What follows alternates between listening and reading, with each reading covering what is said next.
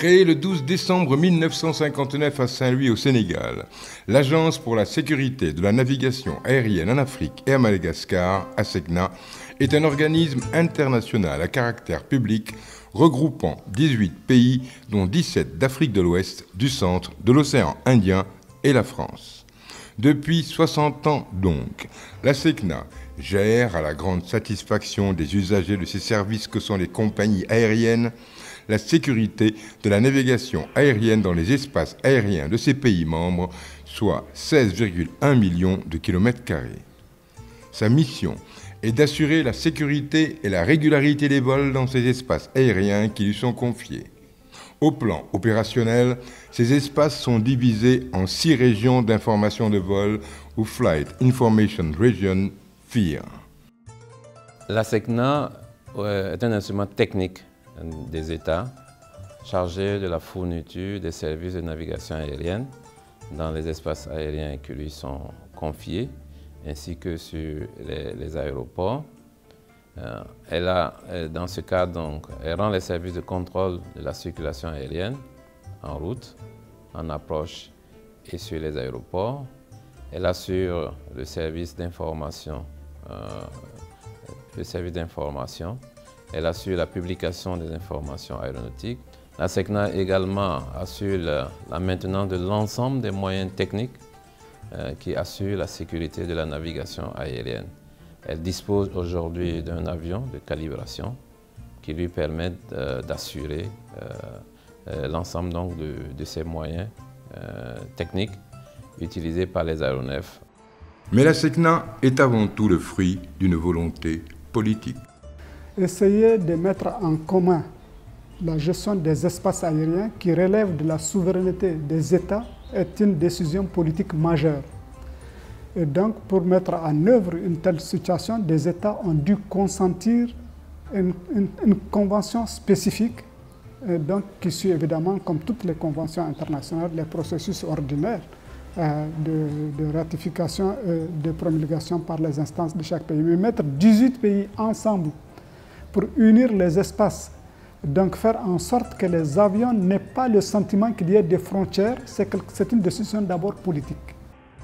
Le modèle de l'ASECNA, basé sur une gestion coopérative des espaces aériens de plusieurs pays, est unique au monde et est régulièrement cité en exemple par l'Organisation de l'aviation civile internationale, OACI, qui lui a décerné sa plus grande distinction honorifique, à savoir le prix Edward Warner en 1972. Modèle de coopération sud-sud et nord-sud réussi, l'ASECNA est aussi un outil technique dont la compétence est unanimement reconnue. De fait, l'espace aérien géré par l'ASECNA est l'un des plus sûrs au monde. L'aviation est par excellence le domaine où l'évolution technologique est permanente. L'ASECNA a su s'adapter à cette donne.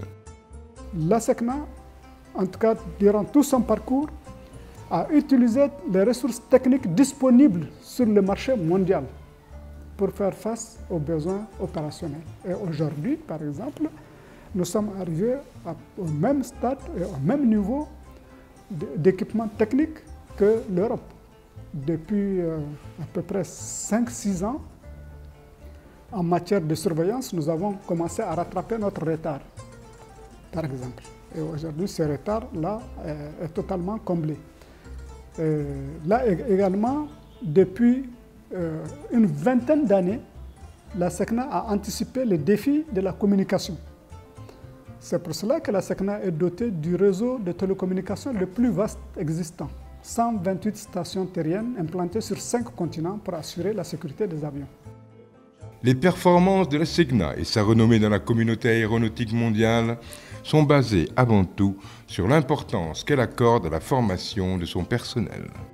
Au moment des indépendances, l'essentiel du personnel opérationnel technique et d'encadrement supérieur était français. Aujourd'hui, grâce à la décision des États de se doter des écoles professionnelles, l'Afrique a pu créer le potentiel humain nécessaire au fonctionnement d'une telle organisation. Avec les AMAC, aujourd'hui, nous avons 100% des ingénieurs de navigation aérienne, de météorologie et de maintenance, 100% de toutes les positions stratégiques et techniques sont occupées par du personnel formé par ces écoles.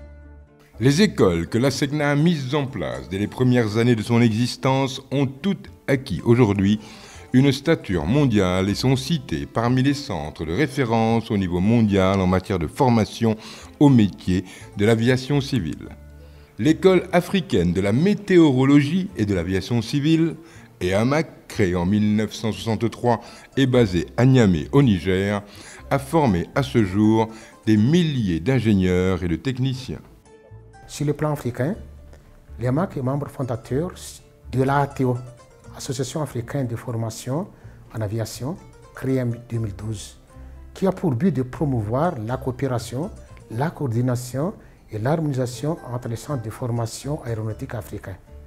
Sur le plan mondial, l'EAMAC dispose du statut de centre de formation régionale d'excellence de l'OACI, l'OACI étant l'Organisation internationale de l'aviation civile, et celui de centre régional de formation de l'OMM.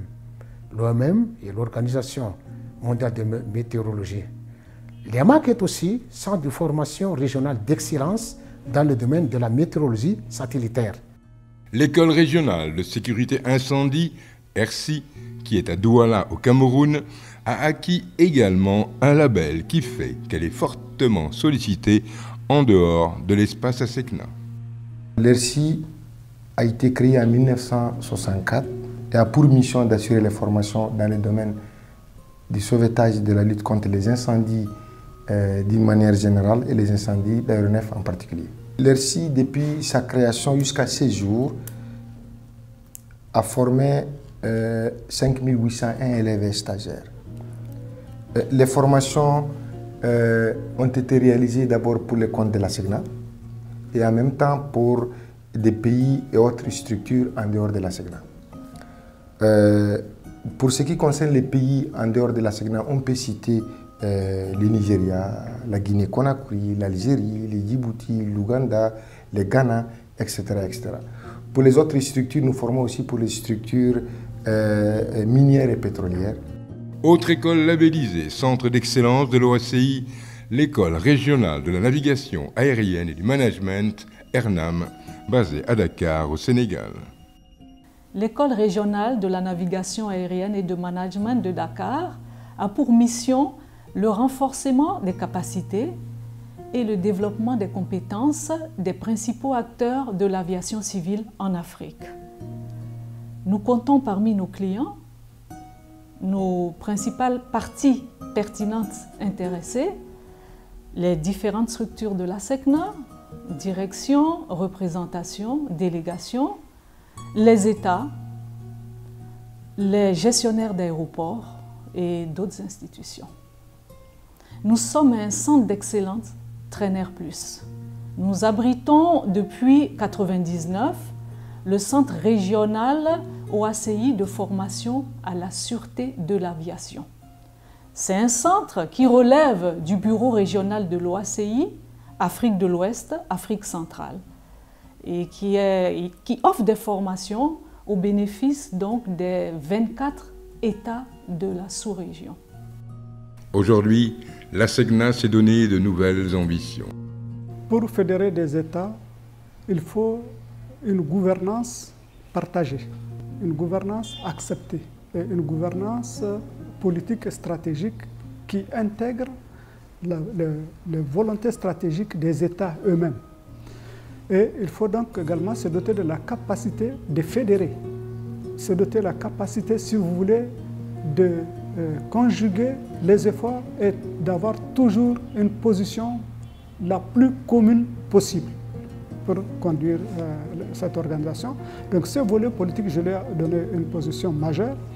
La deuxième vision, c'est de dire, nous sommes dans l'aéronautique, il faut donc être capable d'anticiper les situations. C'est ce qui explique que dans mon projet, j'ai fait la promesse de mettre en place un plan d'orientation stratégique, POS, que j'ai élaboré.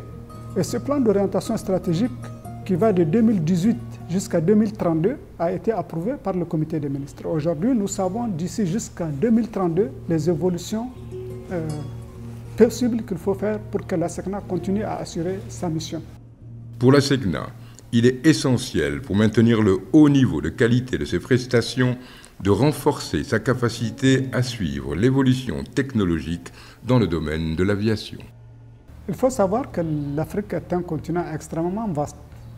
Au total, plus de 30 millions de kilomètres carrés. Aujourd'hui, la SECNA gère 16 millions de kilomètres carrés de cet espace africain.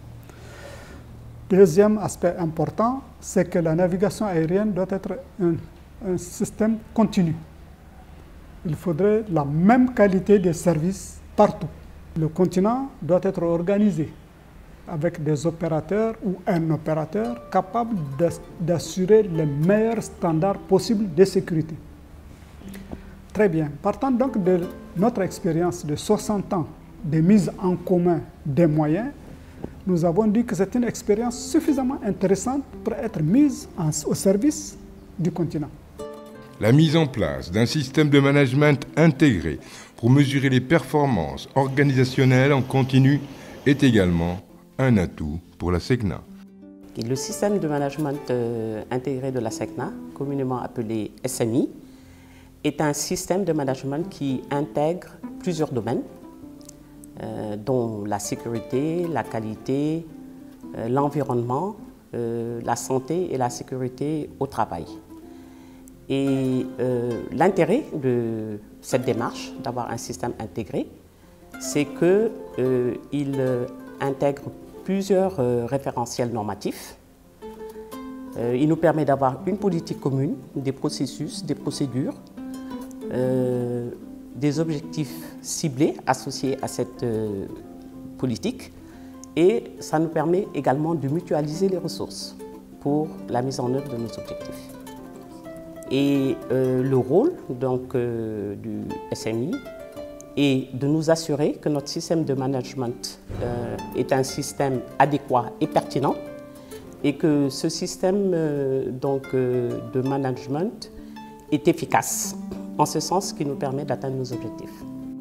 Dans un domaine aussi technique que l'aviation, la SECNA veut également s'offrir en exemple dans la gestion des ressources humaines à travers la mise en œuvre d'une politique axée sur la promotion du genre. La question du genre a été au centre de ma politique quand je suis arrivé à la SECNA. Et donc j'ai adapté nos processus de recrutement à celui de l'ONU, comme vous savez, qui fait que tous nos avis de vacances de poste aujourd'hui, c'est femmes, hommes et femmes.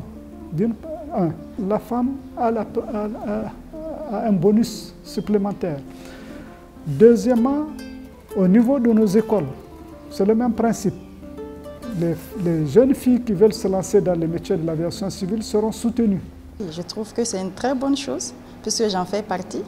Donc ça permet à la femme aussi de contribuer à la mission première de la SECNA, qui est la fourniture des services de la navigation aérienne.